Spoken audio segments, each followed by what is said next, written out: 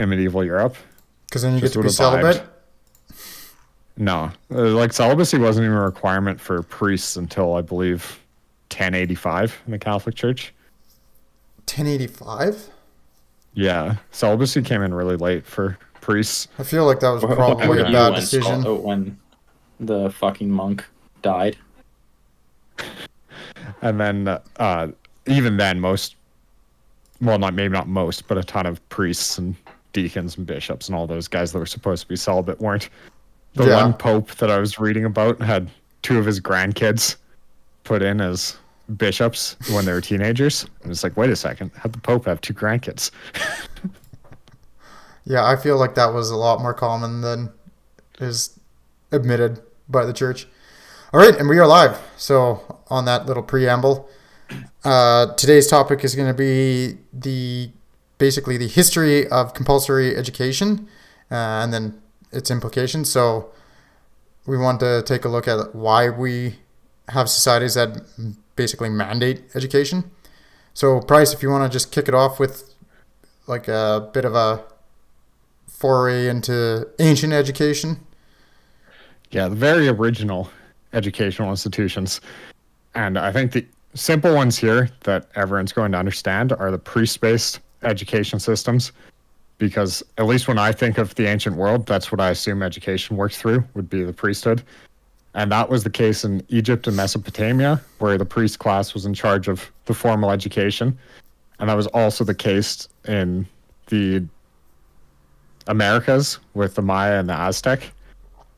The interesting thing I found, because you don't associate this with the ancient world, but the Chinese had secular education at the onset of known Chinese education, so it wasn't controlled by the religion, and it was done by the government for the purpose of the greater good of society, and they focused on the moral development of their individuals, which early Chinese education was apparently very open-ended, and then later on became rote in the way that most people think of old Chinese education as being very difficult and focused on rote learning. But apparently the early education was very much focused on moral development. And the weirdest one, for sure, was Inca. And this one seems a little suspect. The sniff test is a little weird on this one, but according to the Encyclopedia Britannica, so it can't be wrong, all of the children were taken from parents at the age of 5 and raised or educated in accordance with their class.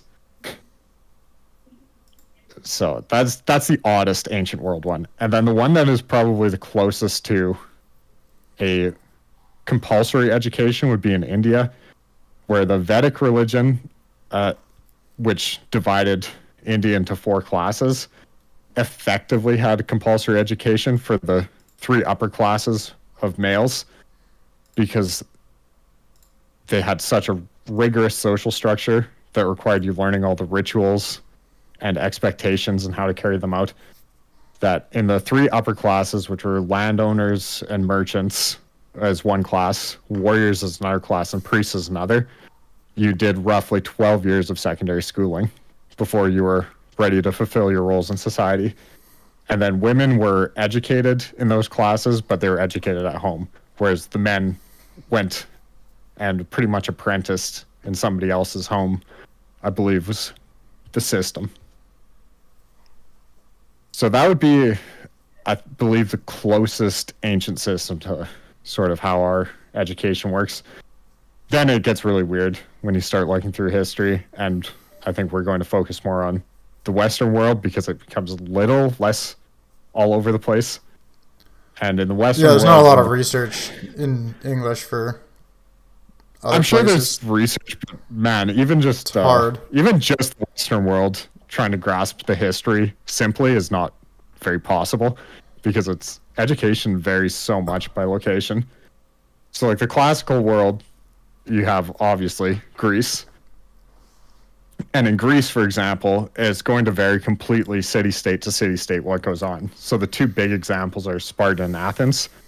And Sparta is kind of considered the prototypical Greek city-state, because the Greek city-states were thought to have required compulsory education, quote-unquote, for their citizens with the advent of hoplite warfare.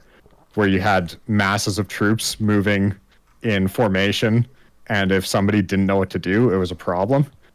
And the Spartans took that to the logical extreme.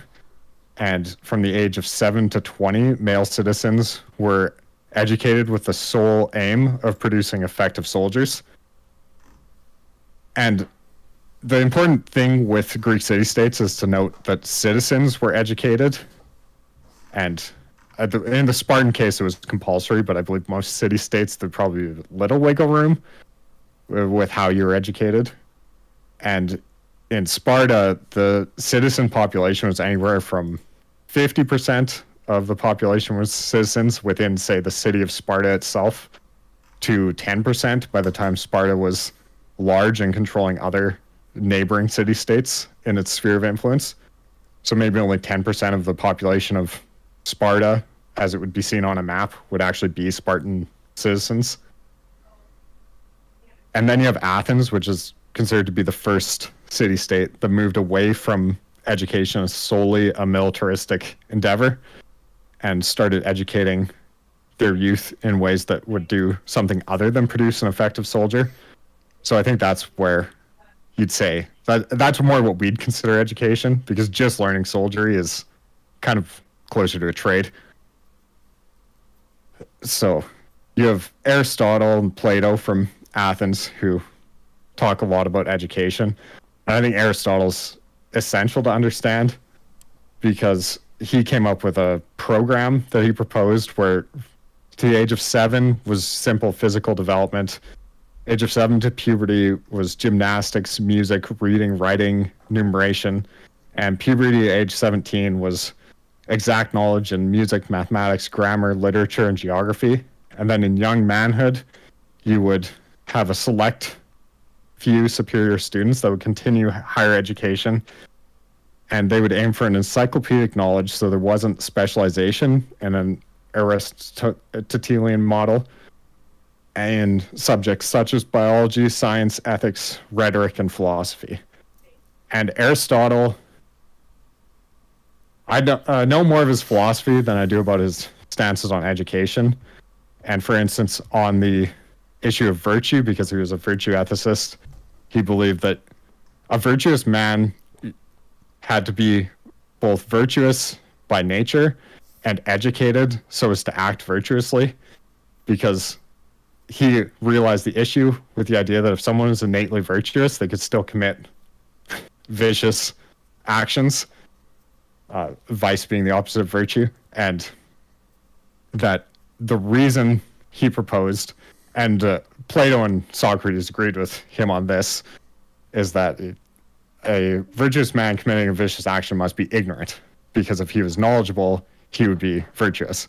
And Plato and Socrates would go further and say that with knowledge, no one would commit a vicious action, but Aristotle kind of realized the problem with that, and not everyone is a virtuous person. So he didn't go quite as far in that direction. But basically, to have an ideal city-state and citizens that were virtuous, the citizens would need to be educated. And that's kind of the height of the idea of classical education, because immediately after Aristotle, because he tutored Alexander went out and conquered the known world. And then you had the Greeks imposing their will upon a bunch of other peoples, and you had a system of education that was more focused on the elites, because you had a politics that were not city-state based anymore. So you're now controlling an empire, and you no longer had the interest of having everyone in that empire be the virtuous citizen of the empire. You needed to control the subjugated peoples. So you had the wealthy and aristocrats that were educated in the late Hellenistic education.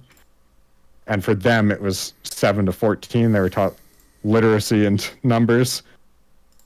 At 14 to 18, they were taught literature and mathematics. And then 18 plus, they were higher education with civic and military training, often occurring between 18 and 20, which would be something similar to modern conscription. But that kind of went by the wayside as Hellenistic education got absorbed into the Roman Empire, where the Romans were in charge of the military and the Greeks never had to do it anymore. And then they focused more on philosophy and rhetoric, which is basically, philosophy is sort of your pure intellectual pursuit in the Hellenistic tradition. And then rhetoric is more so the art of politics and how to convince people. The idea being that you can win any argument, and then ideally, because you're an educated person, what you're arguing is virtuous. But, that's a fairly ideal notion. And so that helped. Oh, sorry. I was just going to say, yeah, that sounds like somewhat similar to China in the sense like the ancient Chinese, from what I could tell from ancient Chinese education, there was a lot of emphasis on like culture and the classics and similar kind of themes. So the Hellenistic style would be similar to the Chinese? Yeah, to a degree. Yeah. Okay. It was, and I think the one point that you made that was like very similar between China and the Athenian style is like the lack of military being the primary driver, right? Like obviously the Spartans, right? Very much obsessed with militaristic education for making a perfect army. And in China, they actually basically intentionally neglected the military portion of because they had examinations. It's big, kind of this famous civil servant exams in China, and there was a military one, but that one was like very neglected and didn't really carry much weight because the civil service one was much more prestigious and used much more often for like making appointments, and even the top two military positions in the dynasty that brought in really expanded this exam were reserved for people with civil service designations rather than military ones. Yeah, and I wonder why they had so many issues with Mongols. Well, and you did. I know it was a bit tongue in cheek, but you're saying that the Chinese were doing it for the good of the citizen or the good of the polity, and maybe that was the word sometimes. But from what I could tell, like the practical purpose of why the Chinese structured their education system the way they did is basically the emperor was trying to centralize power with the state bureaucracy to kneecap the military aristocrats and prevent rebellion essentially from them. Yeah, I didn't look too much into it. I was just going off of what it told me. And I mean, focusing on moral development is pretty much the strong argument because that can be made against people who make the argument that you're just brainwashing people. It's like, we're not brainwashing them, we're just teaching them to think the right way. Well, and I'm sure that argument was obviously used in China. Like, they're obviously going to put the PR spin is going to be probably much in line with that, right? But I think there was some deeper, more self-serving, pragmatic and self-serving. Those in power are not typically doing everything for the good and development of their people. Like, obviously, you can get people who do that, but generally speaking, that is the thing I find interesting with the Hellenistic education, because when everyone was like pulling together for the city-state, it was like, yeah, we're going to educate everyone as a citizen. And then as soon as you had an empire, it's like, yeah, how about we only educate the rich people? Yeah, we got more wars to win, and we can't have people with their conscience rising up. Yeah, like all of a sudden the moral good of education fell by the wayside somehow. Didn't get picked back up for a long time because the Romans initially, they just did family education when they were a small city. And then once they became an empire and they conquered Greece, even when they started interacting with Greece, they kind of picked up on the vibes and they're like, we really like this Hellenistic philosophy and education.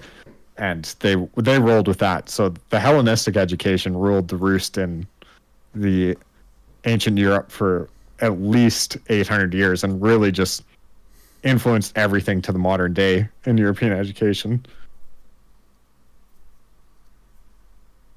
Do you want to cover after that in like the medieval period, or is there any other Yeah, points? we can jump a bit, or because what happened is kind of a slow decline of Hellenistic education that went really in line with like the Western Roman Empire. And once again, there was a different method, a different occurrence in the educational sphere that happened in the Byzantine Empire or Eastern Roman Empire that I didn't get into because that eventually died out. And the Western Roman one is the one that influenced the following world. And this is interesting because I knew that the monasteries in Ireland preserved a lot of important work, but apparently it was just a big educational renaissance in Ireland while everyone else was in the, like, you know, the colloquial dark ages. Not as dark as people make them out to be, but, you know, they weren't doing big education. The schools were kind of falling out of favor, but the monasteries in Ireland were teaching lots of people in classical education as well as theology, which is important to say that the Christians kind of came around, saw what classical education was doing during the Roman Empire, and basically figured we're okay with this and just let it do its thing. And then the Christian schools that were established were for adults to teach them Christianity and then to baptize them. And they just let people who wanted to be educated go to the classical schools that taught based on all the pagan poems, lots of stuff still on Homer and Virgil and all that good stuff. And they weren't too worried about it. There's definitely an attitude of the educated guys who converted to Christianity kind of viewing theology as the culmination of philosophy as opposed to being in opposition, which a lot of people now, well, a lot of people in the Enlightenment, and certainly now as well, viewed sort of education and religion to be at loggerheads. But that did not seem to be the case during the Roman Empire. And afterwards, well, and in the medieval times as well. Yeah, well, but I was going to say afterwards, these monasteries sort of cropped up and started teaching classical education, as well as episcopal churches, which just means, or schools, which just means the bishop ran them. And these were sort of the two centers of education that popped up when the classical education began to fail because the infrastructure of the Western Roman Empire was failing, such that they could no longer support these schools. And the Catholic Church was so big and required its clergy to be educated to the degree where they kind of had to step in and start doing more education of the clergy predominantly. But, you know, there were always exceptions where lay people could get in and learn if they were really into it or obviously really rich. But it was never designed to educate the average person, unless the average person wanted to become a member of the clergy. So the Catholic Church kind of had to in-house their education after the fall of the Western Roman Empire. And an interesting thing that I found was that they call it the Carolingian Renaissance. So that was what happened under Charlemagne. And Charlemagne pretty much realized that the clergy was in a terrible state and instituted reforms, basically told them to get their act together and learn Latin better. Like, kicked the Catholic Church in the pants a little. And he also imported the Intelligista from Ireland and England, where they'd also had sort of an educational renaissance and created a center of learning at Aachen. But the church was absolutely in charge of, like, the delineation between education and theology was very little during the medieval ages, because you follow that through, like, the low point was Charlemagne, and then he kicked them in the pants, and then they kind of got their act together. And then really the big impetus was monasteries decided to stop teaching people who didn't want to become monks, which is interesting because the clergy were still the ones who needed to be taught. So they were all still members of the Catholic Church, but the monastery said, you know what, we just want monks in here now. We don't want all you clerks and everybody. Clerics, not clerks. But that required the creation of urban schools, and those urban schools became so popular that you had issues with grifters going in and teaching and not knowing anything. So then you had to have licensing for these urban schools. And then the licensing was only, applicable for that region because you didn't have the rep to just go from Berlin to Paris and start teaching. But then eventually some schools got big enough in, say, Paris or London that everyone in Europe knew about them. And then you did have the rep to go from there to teach anywhere. And then schools got jealous of that. And when they were large and developed, but people didn't give them the reputation. So then they petitioned the Pope to give them a papal bull that said their degrees are recognized anywhere in Europe, to which the Pope did.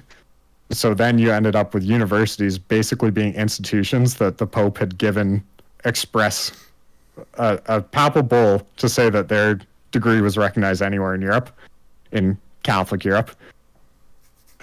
And the only one that I saw that didn't get such a papal bull was Oxford, because they'd just been around so long and they didn't feel they needed it. But even Paris, even though they didn't need it, decided to do it just because they're, good members of the Catholic Church, I guess. So you have all these universities coming up, and they're intrinsically entwined with the Catholic Church at this point. Then you have Thomas Aquinas, who comes in around 1300, that ballpark, and his goal was to synthesize reason and faith. So he was pretty much the most influential theological figure in the Catholic Church. Like, to this day, the Catholic Church follows his ideas. And I mean, as far as I understand, following his ideas was kind of led down the path towards the theological schism between Catholics and Protestants. Although the corruption was a big aspect of it too, that didn't have to do with the fact that the Catholics were using reason and logic. So the universities and, the reorientation of Catholic teaching towards reason, they created a demand for grammar schools that would teach you, entry-level stuff, so you could then go into university from these grammar schools. And that was really a throwback to Hellenistic education, because they teach you the grammar of Latin and how to be literate in Latin, so then you could go into these universities. And after that, you had the Renaissance, where you had the humanist movement, which pretty much their aim was to focus on humans rather than theology, so hence the humanism, because they realized that education at that point in time was entirely intertwined with religion, and they thought, maybe there's some value to educating based on humans rather than religion. And for the most part, they didn't aim to extend education universally. They wanted to educate nobles and merchants. So the clergy were still doing the education the way they were, but rather than, having to bribe the clergy or be friends with somebody or somehow be related to the church to get into schools, you could go learn with the humanists. So they brought in a more secular aspect of education. And then you have the Reformation, that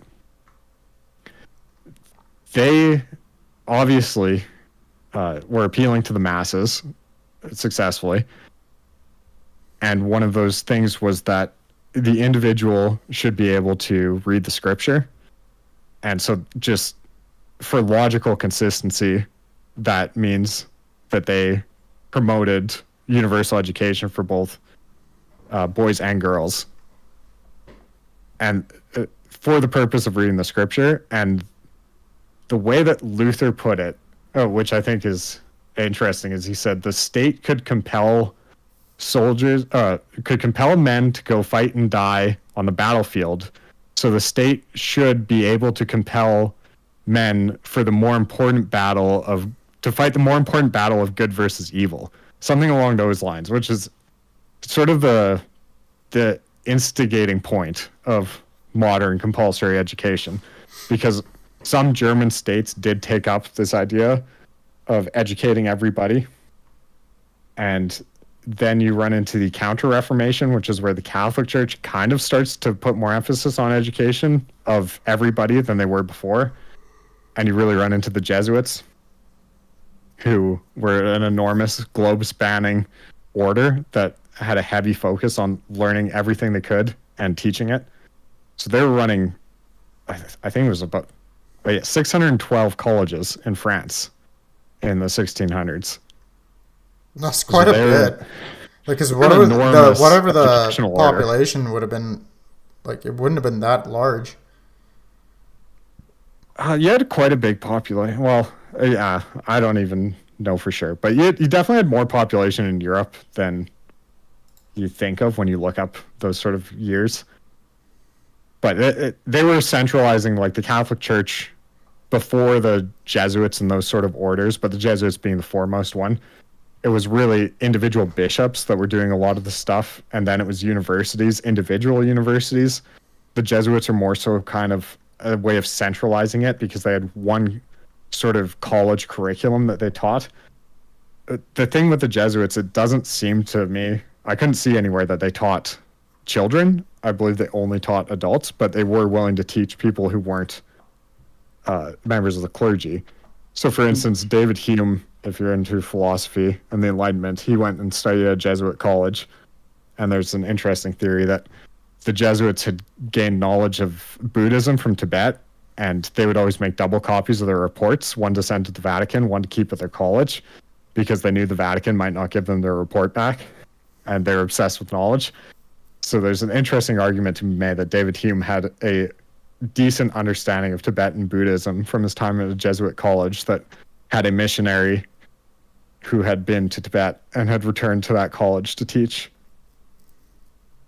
So that's sort of the Catholic side of it, where it's obviously still not looking at compulsory teaching everybody. But, like, I don't know, I think it's worth kind of like summarizing up to this point.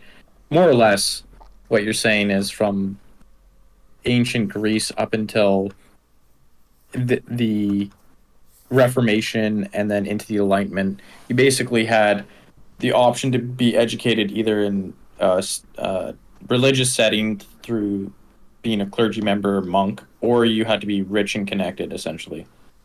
It was like really the only... After classical Greece, that would be the case. Like that, the last time a normal citizen was getting an education would have been like the Greek city-states, as far as I understand it. Yeah, and those predominantly focused around warfare. Correct? Yeah, Like, and even like they're like more... you're saying, they're not more... They're more focused towards the warfare aspect versus something like a more broad-based education that we would consider today. Yeah. and also you were saying the citizenship was 50% at the high end and probably a lot less than that for most of these places, right? Because they had a lot of slaves and a lot of non-citizens. So even then, like when you talk about like an average citizen, the average citizen is still a step above your kind of average person in that. Your average citizen in a Greek city-state would be like middle class to upper middle class, depending on the city-state. Yeah. So you definitely didn't have education of the poor at any point. And then so that catches us up to basically like the Enlightenment.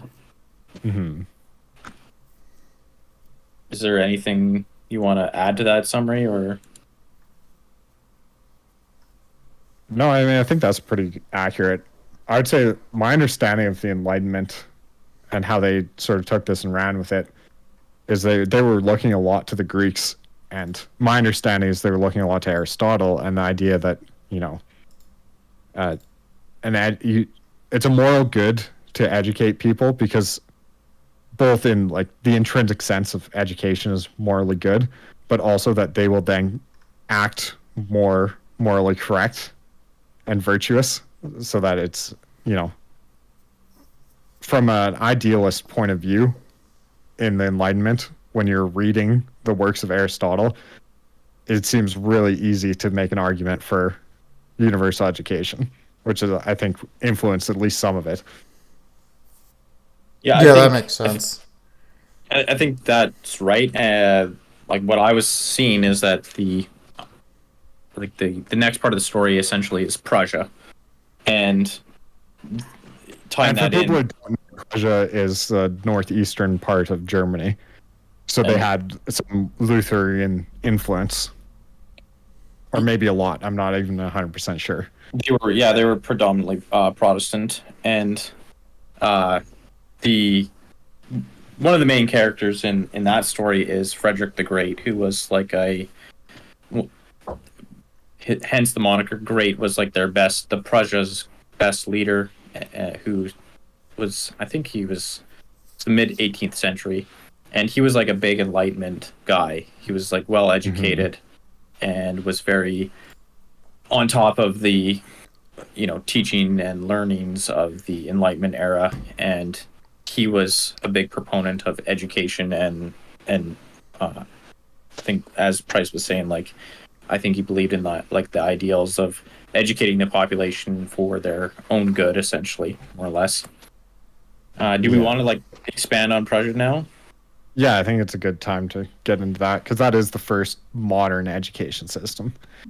Yeah, and so like that was like where as Price was saying, like that you kind of get rumblings of like a callback to ancient Greece of like, oh yeah, like a moral education to improve the lot of the average person and make them develop their character, etc., etc. And Frederick the Great and one of his advisors really pushed on that, but they never actually brought in any like substantial reforms that would have catalyzed into a true public school system during his rule. And it wasn't until the Napoleonic Wars where Prussia lost a pivotal battle to the French, and Prussia had like long prided themselves on their military prowess. They were like the military juggernaut of Europe throughout The military with a state rather than the state with a military. Yeah, so they were like, they had a lot of identity and pride wrapped up in their military performance. And so like this decisive loss, I think it was in 1806 to the French, like really shook things up in the Prussian society. And they were able to use the sentiment in Prussia at that time to bring in compulsory education, based around the premise that it was like a combination of the things we're talking about with Frederick the Great and his ideals, but also there was this added like urgency of like this will create like catalyze like loyalty to the state, which will make a better soldier, and will be able to like train these people and regiment them in the ways of in a way that will make them even better soldiers. So it was like the added motivation to make these people soldiers allowed them to push through this reform and get compulsory education brought about. And so that was like right after the loss in 1806, and like by 1810, 1812, you had a lot of like the skeleton of what would have been a modern education system. For example, 1810, Prussia, they brought in state certification requirements for teachers. So you had to have like you had to pass a certain set of requirements to teach. And they also implemented a standardized exam by 1812. And then after victory in the Napoleonic Wars, I think that was kind of some of the thought leaders in Prussia pointed towards the success, essentially, of this bringing in the schooling. And by 1830, they more or less had a publicly funded school system available to more or less everyone in Prussia. And they had like it was free aside from the tax. They had professional teachers that were trained at specialty teaching colleges. There was public funding available to build schools, and there was also like quality control mechanisms to ensure that schools met certain standards. They had audits on teachers and schools. So yeah, more or less by that point in time, you would have had a schooling system that resembled a modern one already, and that's 1830. Yeah. And yeah, so I don't know. That's really where the fundamentally where the modern school system comes from in a lot of the practices and the setup of that disseminated out into the rest of the Western world relatively quickly. I know there's a couple educational reformers, American educational reformers that went to Prussia and came back to America and spoke very highly of the Prussian system. And from what I could tell, like a lot of the things that they were enamored that was with Horace were, Mann, right? that was one. There was also there was a couple other ones. There was But there was- Horace Mann was one of the people instrumental in setting up the American system. and especially in America, it seemed like a couple of the things they really liked about the Prussian system was like this sense of like citizenship and loyalty to the country, and I think like Americans latched onto that because America was like very heterogeneous and diverse already. Like it was obviously an immigrant country. And one thing that was like they had a lot of variation when this was being introduced into America. I saw, because it wasn't until the mid 1890s when there became like a national standardized set of norms for how like education was supposed to be carried out. And then like within states before that point, you often had states that wouldn't even have a very standardized idea of. It wasn't like it happened all in one go, but they were doing it gradually to get to the point of what the Prussians had reached. Yeah, and that's true. Like maybe we'll get to Canada at one point too. But that happened in almost the same way in Canada, where provinces adopted the systems and laws around compulsory schooling at different times, and it was really left to the provinces to decide on how to do that. And yeah, obviously the states was even more so like that, with like states having their own, constitutions and ways of doing things. Like they had it was a very fractured process, but it did start pretty quickly after the Prussian system. Like the first states started to bring in their own system modeled on the Prussian system. Like I think the first one that really got it going was Massachusetts. That's and I see Michigan in 1835, but I'm not sure where Massachusetts is. Michigan was early, but I believe, because I know Michigan put it in their constitution in 1835, but I think Massachusetts may have been the first one to actually have it available. That would make sense because in researching this, I found that Massachusetts had a long history of education. Yeah, so starting in states. 1642, there was like several laws that they enacted from 1642, 1647, 1648. They started compulsory education laws. So basically, any town that had 50 or more families had to hire a teacher, and then every town of 100 or more had to establish a school, like a basic elementary school, I believe it was. No, that's so in the 1600s. Latched on to the that was Prussian 1647 education system. Yeah, and so the Americans like had several states that were already doing this by like the mid 1800s that had brought in the Prussian system by the mid 19th century. So I'll add that one of the reasons, obviously, Prussia was fertile ground for this was the Lutherans, and their counterpart in America and parts of Britain were the Calvinists, and the Calvinists are often derogatorily referred to as Puritans, I believe. They prefer to be called Calvinists, maybe. but that the Calvinists also believed in universal education in a similar vein to the Lutherans, so that once they had a system like the Prussians came up with, you had a religious populace that was willing to go with it. Yeah, that's a good point. Like, America was predominantly of various Protestant sects, right? Like, didn't have a large Catholic population at that time, and Well, there's a continued really to- weird issue with well, not issue, but there's a really weird development of education in Britain because of the Anglicans being much more like the Catholics, but then also there being Calvinists in Scotland and parts of England that did their own thing with education.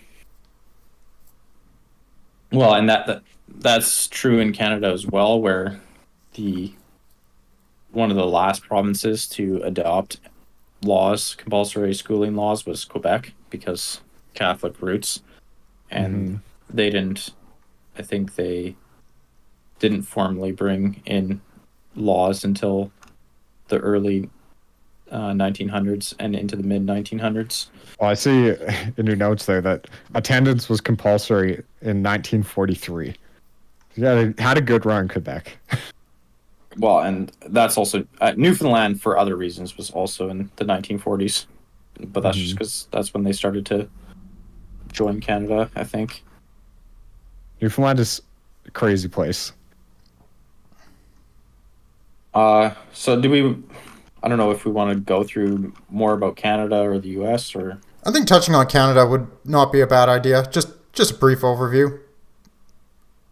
Yeah, Canada is pretty similar to the U.S., where the first province to bring it in, a common schooling system, was Prince Edward Island. And that was in 1852. And then by the 1873,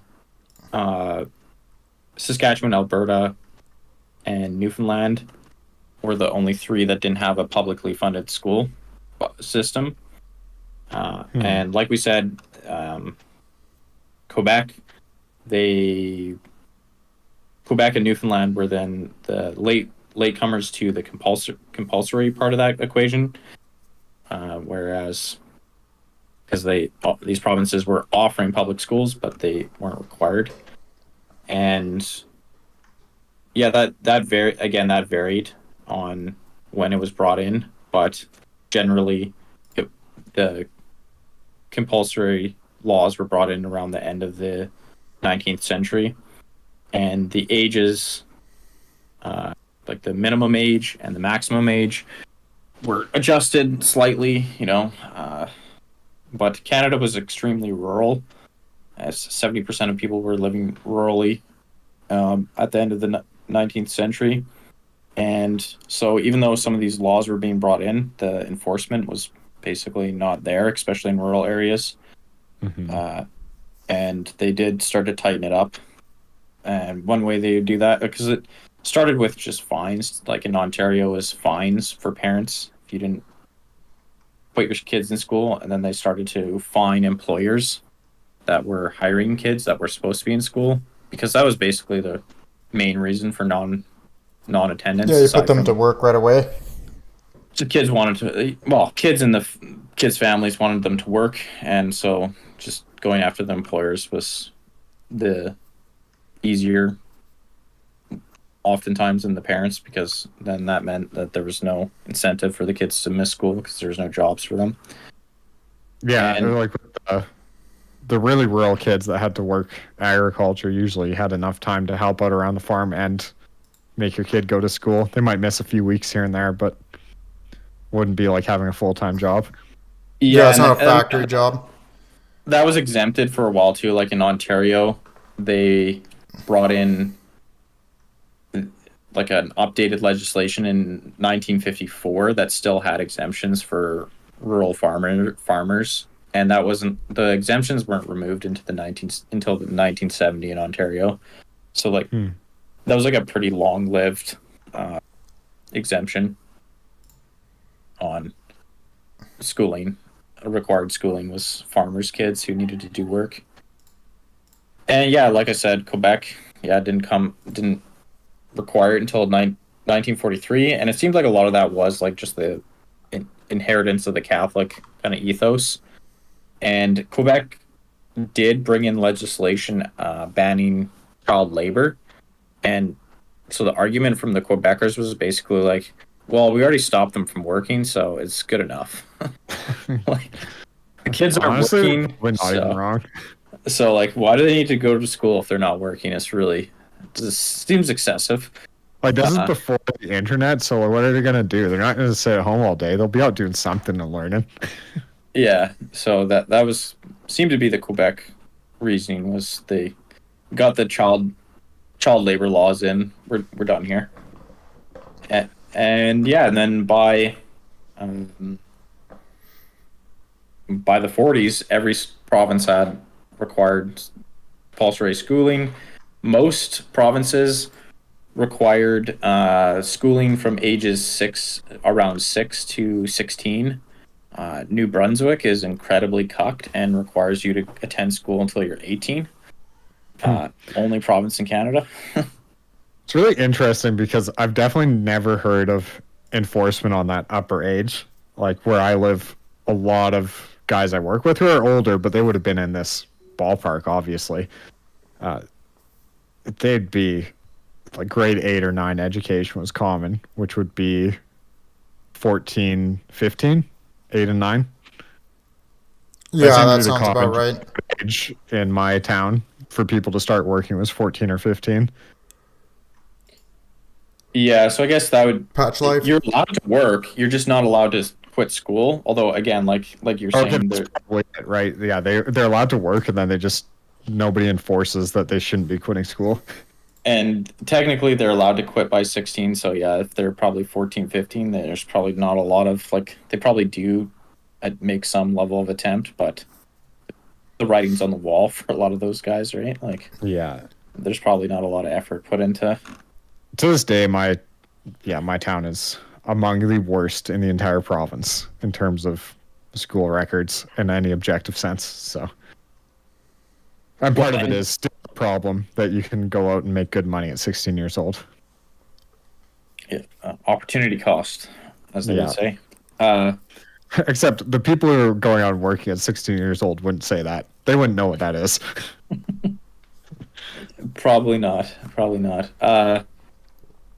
Yeah. So, yeah, by the mid 20th century, yeah, basically you have to be in school from 6 to 16, more or less, in every province, and then the actual like number of years of schooling obtained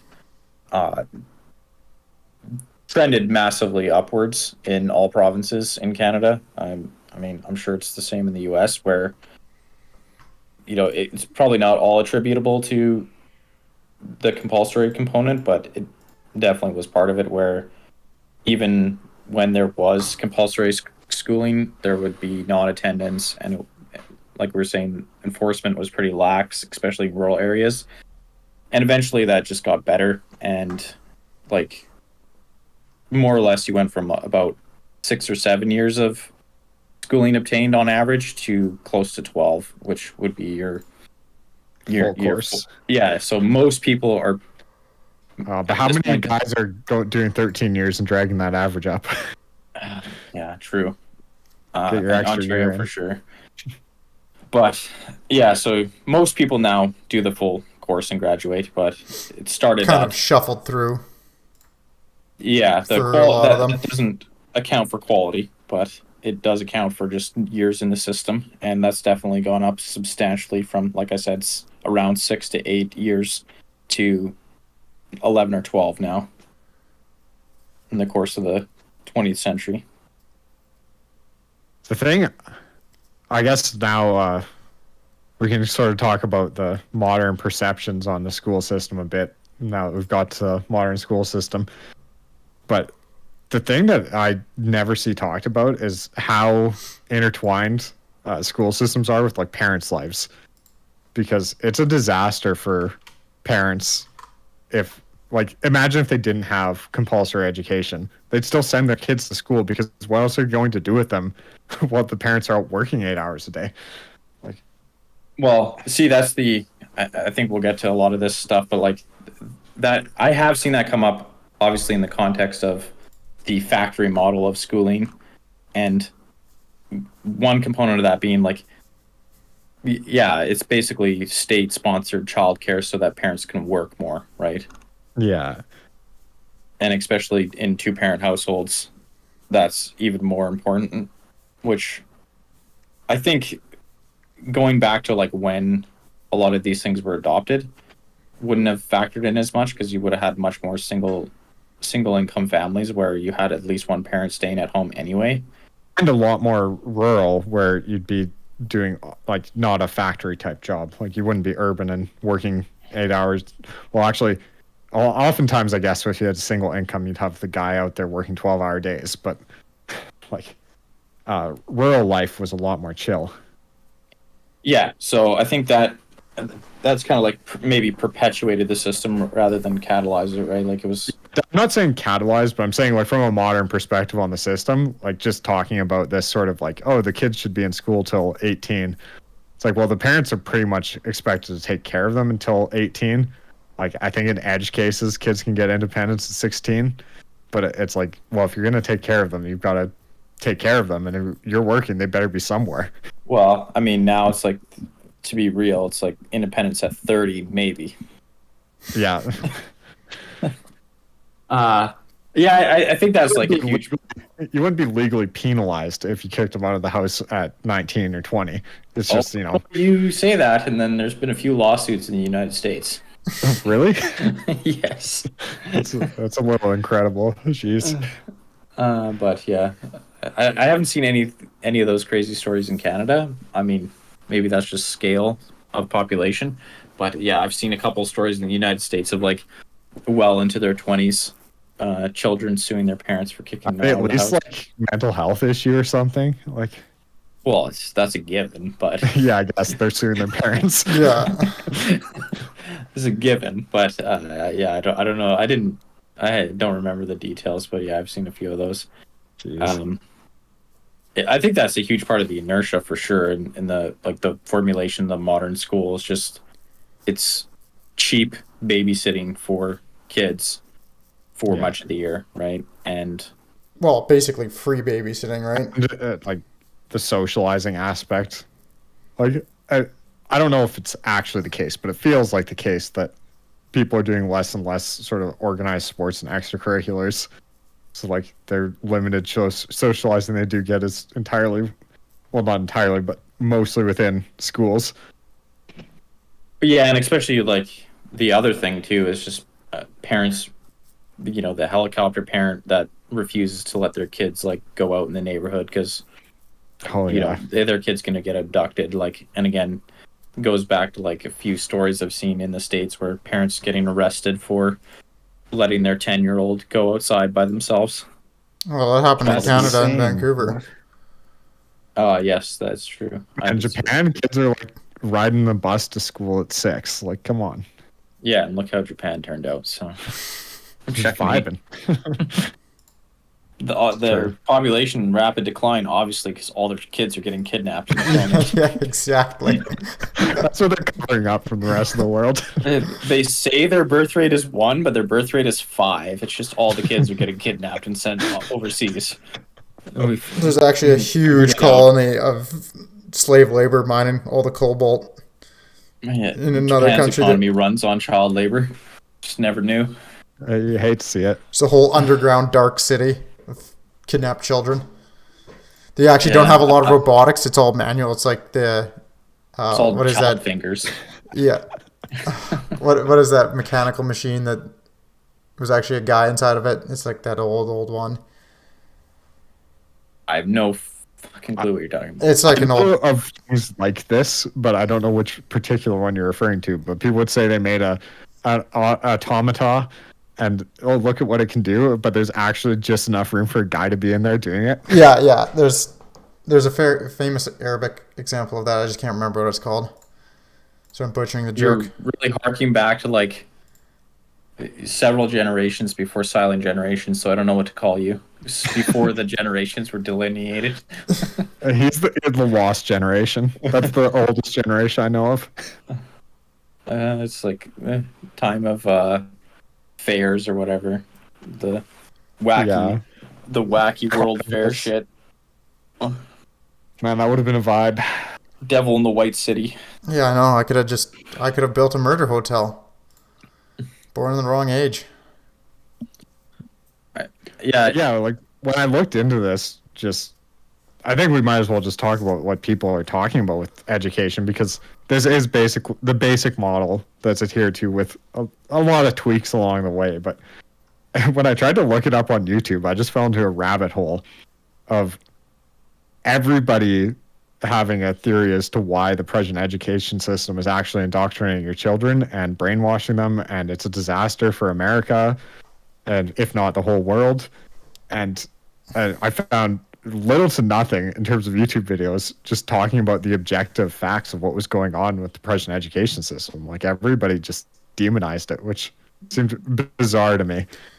well, you were on YouTube, which I mean, I don't think it's that bizarre that you found a topic that's Well, like, pure there's a lot speculation of and guys that do just, a brief rundown of anything that comes to their mind, sort of the way we do this podcast, or at least that's what I thought. But maybe there aren't as many guys that do that as I thought. I just always looked up topics that they were also interested in. yeah, I think like the problem is that there's so little like credible evidence that I think a lot of the people that normally would maybe touch a subject like this just don't, because like you said, when you go and look into it, there's not really much going on. And like, for example, I was just trying to find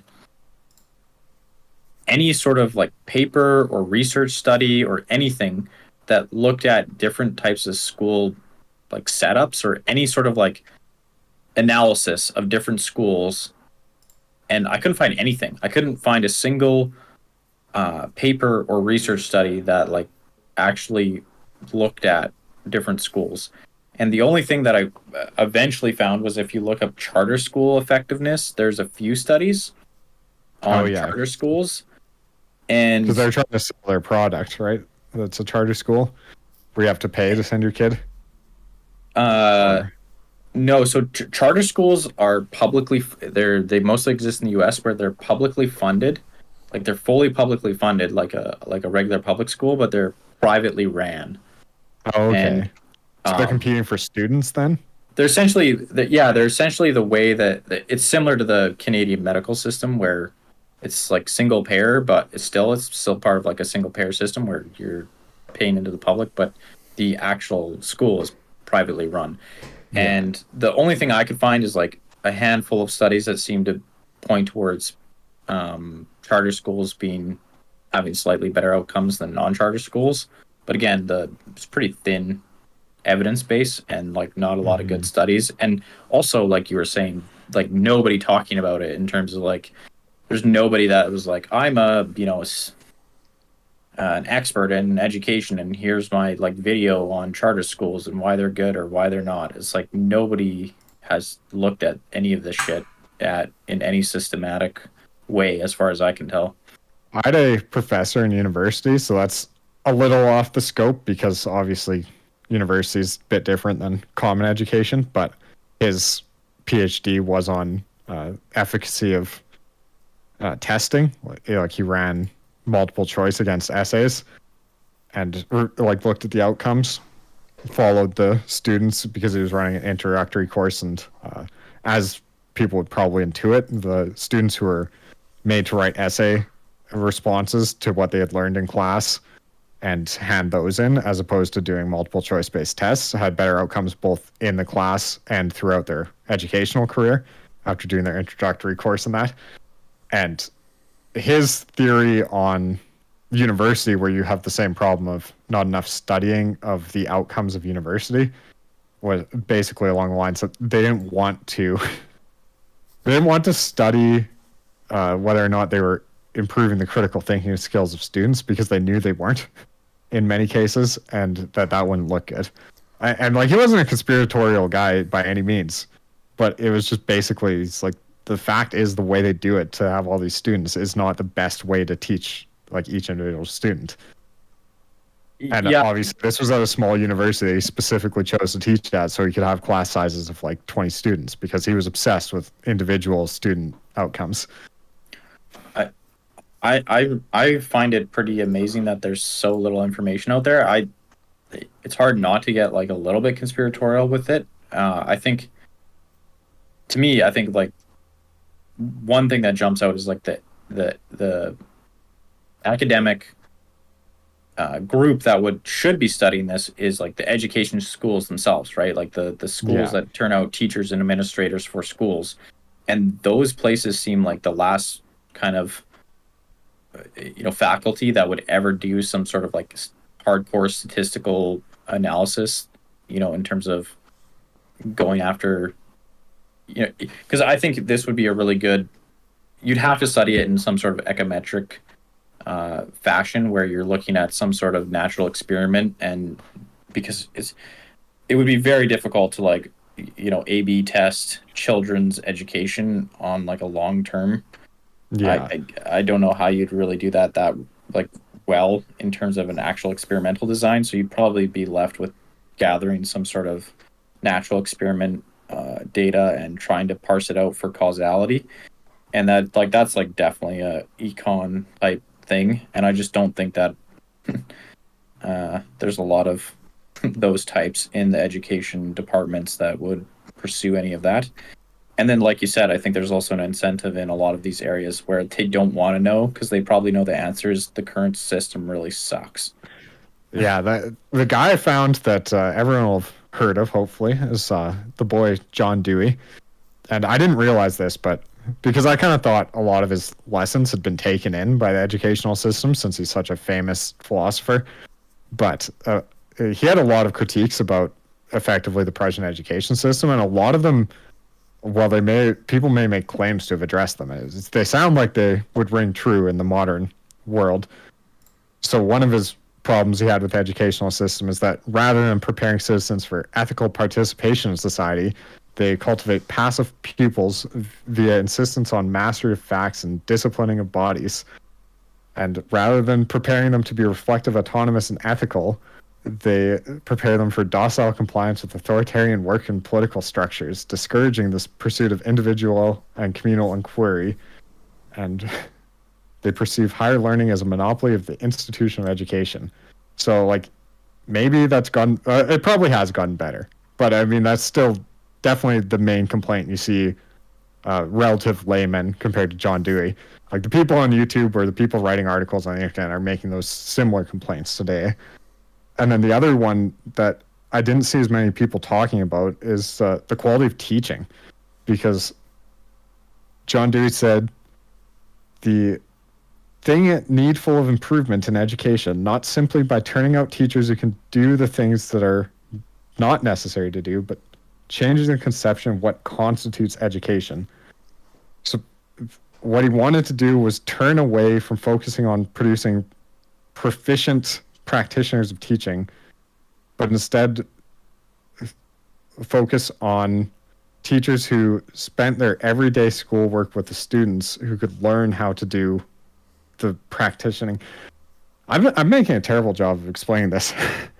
I'll just not try to read what his quotes were because I'm reading them wrong. But anyway, he wanted teachers that cared about teaching and cared about students and were basically putting themselves in the shoes of the students at all times and looking at their educational outcomes, rather than teachers who had learned how to throw a curriculum at students and call it good. Because he said you could learn how to implement a curriculum, but you can't learn how to like empathize with and be passionate about teaching. Yeah, I think a lot of those critiques, yeah, definitely still echo with your average person who's just even been to like a modern school environment where it is very like regimented. And to be fair, like from my understanding of things is some jurisdictions are changing the way that they teach quite a bit. And even in the last like 10 years, things are changing. It towards like I know project-based learning has become much more popular. Like giving kids like projects to do that like will naturally teach them different skills rather than like just reciting information and telling them facts and getting them to drill problems. So that's definitely a John Dewey thing, because his 4 principles were learning by doing, discussion, interaction, and interdisciplinary. So the project base would be a sort of a learning by doing, and then I'd imagine you'd discuss the end of the project. Yeah, so I do think there is some experimentation taking place. I just find that like it's crazy how little like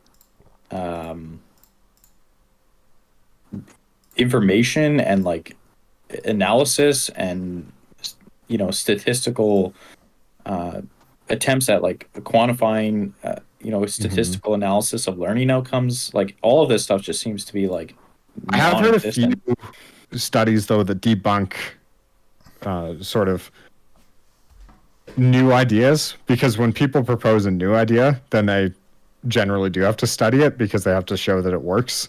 So one of those that got debunked hard, that was big when I was growing up, in the milieu at least, was the learning types. Learning, like you have visual kinetic, learners, you have those audio types. learners. Yeah, that got totally debunked when they did implement it and try to study its outcomes.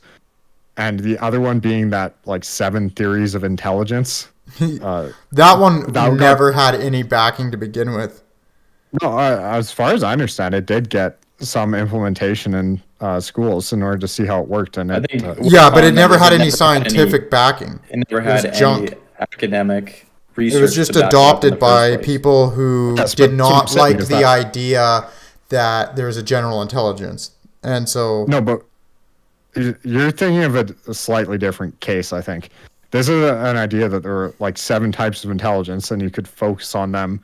And then their attempt to back that up academically was a failure. Like they implemented it and it did not improve educational outcomes. Yeah, but that whole idea of 7 types of intelligence was garbage to begin with. That's what I'm saying. It was the original I just made it up meme. The guy was literally like, yeah, that sounds good. I'm going to write a book. Like the guy was sourced. Yeah, he was not in any way like, he did not do any sort of like proper research. Like he just he had statistically pulled out these 7 types of intelligence from personality tests, but then it didn't matter when it was actually attempted to be applied.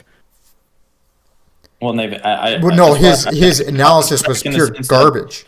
There's never been they've never been able to replicate these quote unquote intelligences in terms of actually like measuring them and then relating them to performance or any sort of other like metric, like outcome metrics. So it's questionable that these quote unquote intelligences themselves even exist, regardless of whether or not you can utilize them for educational purposes. They might not even exist at all, which is I think the consensus that I've seen is that they don't exist. They're just but they are a statistical artifact. But I'm pretty sure his statistical analysis was also pure garbage. Like, I remember looking into this. Like, I think he did a very poor job. So probably. Well, Price could be right. He could have pulled something out of there, but not a useful something. Yeah, a modern statistical analysis might find that those are just useless. But I believe that obviously he had to have enough to convince somebody to go through some studies that resulted in nothing. Which is basically what 99% of, as my one prof said, that's the role of master students, is to come up with theories that don't mean anything, or come up with ideas that you falsify because you're stupid and you can't come up with a good idea yet, or you support an existing idea. Those are your 2 options. You can't come up with something new and innovative. That's for PhD students, maybe. Yes, or throwing a bunch of statistical analysis out of there and picking the one that was p less than 0.05. Yeah, people love that stuff. And then that allows you to justify a study that then shows that even though it's statistically significant, it doesn't actually matter. I'm just shocked that you can't find a like a reasonable. I mean, maybe this exists and it's just hard to find. But I was just like, the fact that you can't easily find a analysis on like teachers or student classroom size and like its impact on teaching outcomes just seems crazy to me. It's like it doesn't exist. It's just teachers unions want to suppress the information.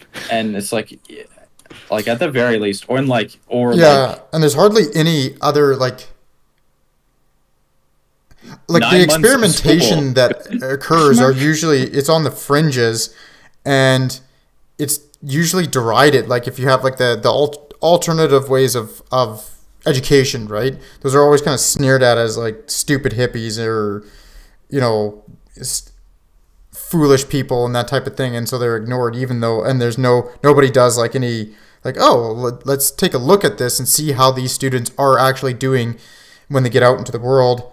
And they're on standardized testing and that type of thing as well, right? Like you just don't see that.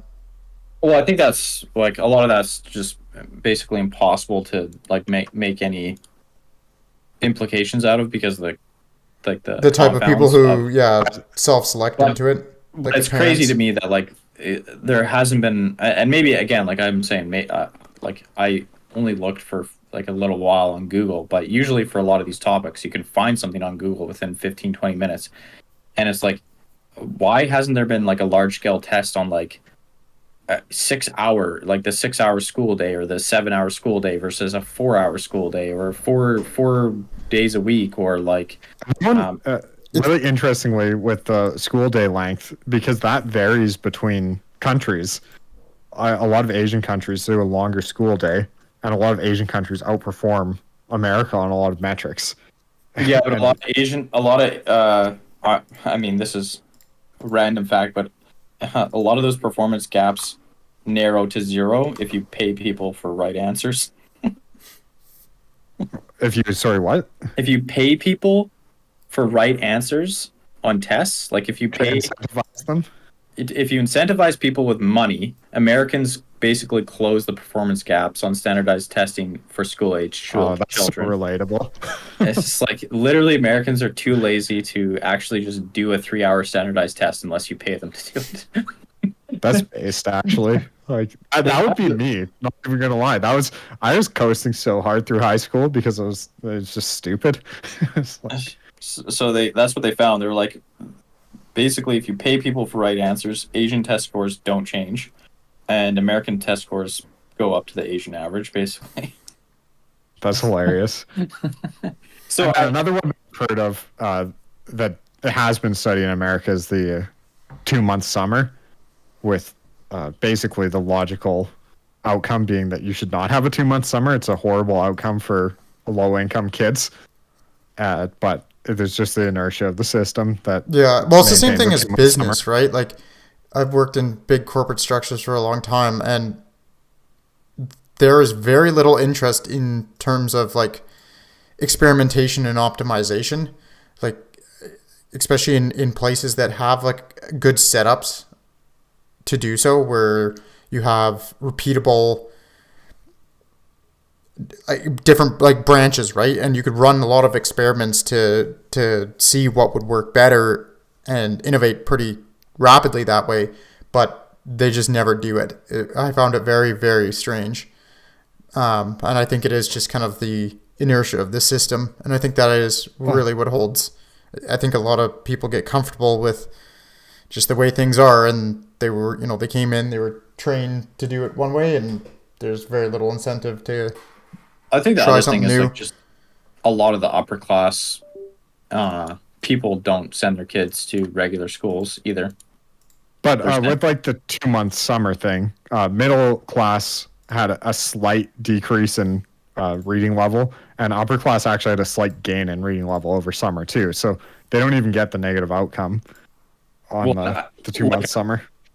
But like I was saying, like I bet a lot of upper class families also just like they send their kids to private schools, or they send them to like selective high-end public schools. Like they're not going to your run-of-the-mill school, and a lot of those schools probably do operate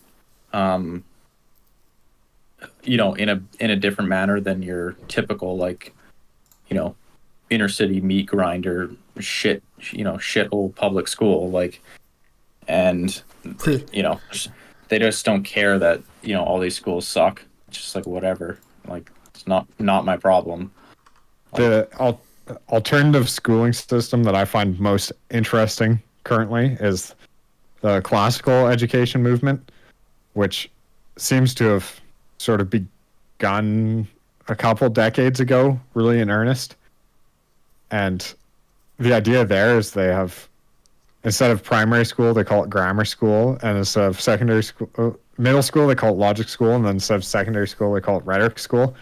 But like grammar school being the idea of teaching kids a bunch of facts because, little kids are good at remembering random things without any context or meaning. And then logic school is like teaching them the meaning and the reasoning behind the facts that you've taught them. And then the rhetoric school is like teaching them how to express these and understand the expressions of other people in sort of rhetoric. And it just makes a lot of sense when you see people explain it and talk about it. And I listened to a podcast where it's a couple of people who teach at a classical education school, and it just sounds like a vibe. It's like, I can see why this is starting to catch on, it seems like. But again, it would be really interesting to see like good quality research comparing a classic, a classical school to a, well, that's the traditional modern problem. school. Like I saw a classical school saying, "Oh, our students rank in the 14th percentile of the CAD something and like the 17th percentile of the SAT." Is that the right way to put it? That's high, whatever. Top 17%. And 83rd percentile. okay. Yes, 83rd percentile of the SAT. But I would put money that anyone who's Students motivated have an IQ of 48. anyone who's motivated enough to research like the type of school they want to send their kid to cares enough about their education that I doubt that's a deviation from the norm. Like just having parents that are that interested in your education, probably it's Well, they're already probably intelligent people. Of success. Yeah, and then therefore produce an intelligent child because it's hereditary. I'd rather have a kid who knew the classics and was educated like that to be around me than a kid who went to public school. So Yeah, even if they're going to be the same intelligence, yeah, that's still just true. dispositionally. Spend all the money on private education just because you don't want your kids to be annoying to be around. Like, I like It's not a bad idea, though. Without me like having to pound it into their skulls after they get home from public school. Yeah, don't want to listen to like the latest Fortnite fucking TikTok trend at home. Exactly. Just like stay away from those fucking public school pores. Don't want to listen to your stupid public school fucking classmate theories about life and miss me with that shit. Yeah, tell me about Plato's cave for the 5th time, please. Exactly. All right. Yeah, I think like I've seen a couple of pretty interesting like alternative schools. One that I saw was Acton Academies, and they're like taught on the Socratic method, and there's like very little adult involvement, especially at the middle and high school level. That sounds similar to the classical education ones I've seen. Adults are only allowed to ask Socratic questions. They're not allowed to like dictate facts and teach information. And I don't know, but I've seen like mixed feedback on them. Like some people were saying that they do a really good job of teaching kids to be like independent and like solve their own problems. But there's quality control issues because they're like a franchise system.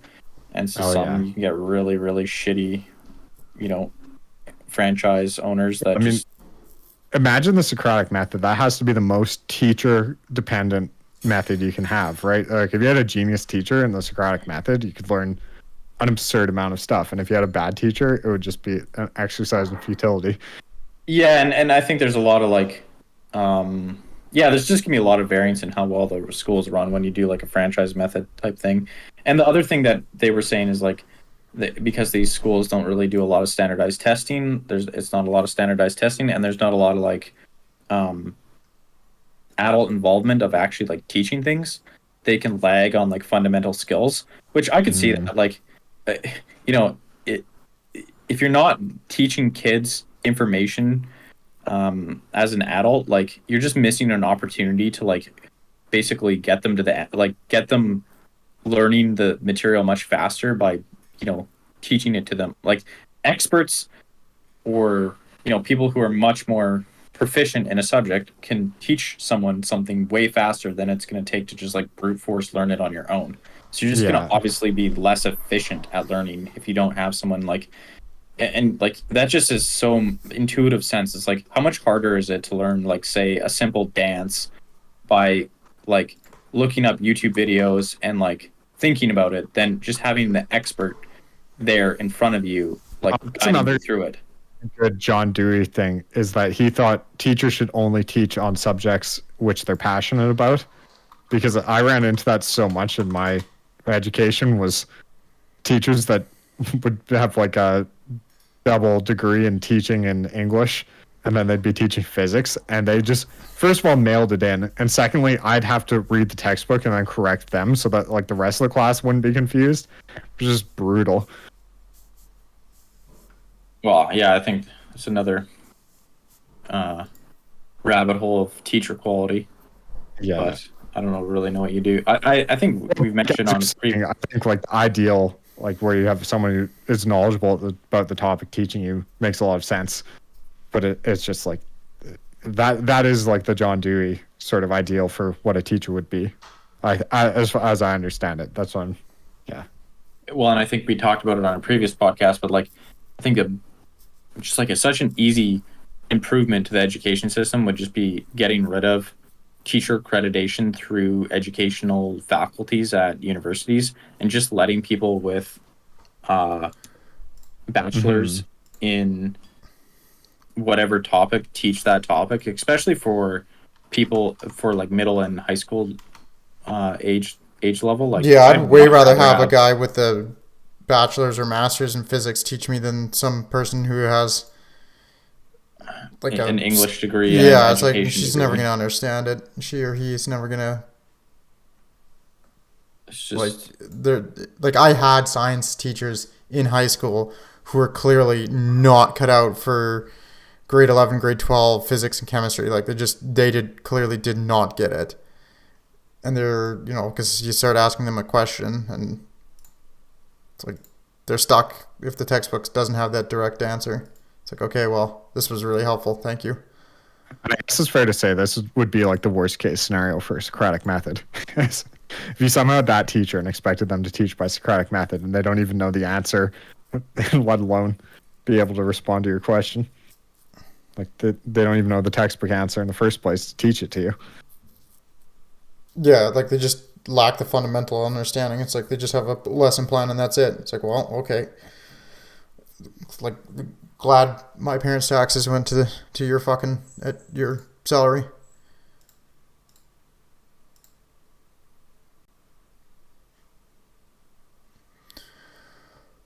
Is there? You guys have anything else? Yeah, I don't know. There's so many rabbit holes to go down on this one, but I think that's. Yeah, I don't have anything more without doing another long podcast on other sections. Yeah, this was hard to narrow down, and then especially with the lack of specifics to be found, made it even harder to narrow down. So yeah, this is a tricky one. I think we gave it an honest try. The old college try. All right, well. Yeah, don't even get me started on college. Yeah. That's a whole other podcast. Several podcasts. All right, well, thanks for listening. Peace. Peace. Peace.